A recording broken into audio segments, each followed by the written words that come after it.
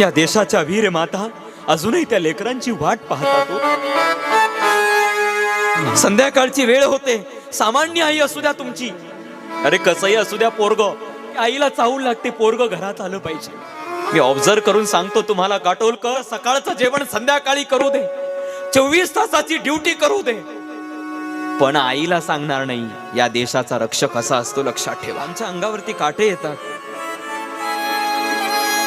आई, तुझा पुत्र निघून गेलाय, 5 वर्ष झाली, आणि 5 वर्षाच्या नंतर देखील अजूनही तुझा मुलगा तुला संकेत देतो, अजूनही तुझा मुलगा तुला निरंतर आठवतो.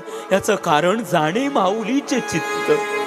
अशा आदर्श माता मीराताई, सताई यांच्या पायावरच आपण दंडवत केलं पाहिजे. का? याचं कारण आहे, यात समर्पण भाव त्यांना या देशाचं आई होता आलं. जाणे माऊलीचे चित्त.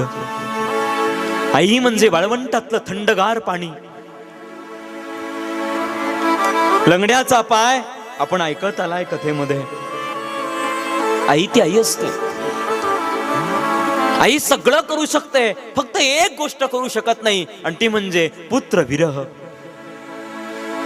पुत्र जाण्याचं दुःख या जगातात तिचं पात्र कोणी घेऊ शकत नाही. पोरग देशोधडीला जरी गेलं तरी आई त्याची वाट पाहत असते. या देशाच्या वीर माता अजूनही त्या लेकरांची वाट पाहतात, अजूनही वाट पाहतात.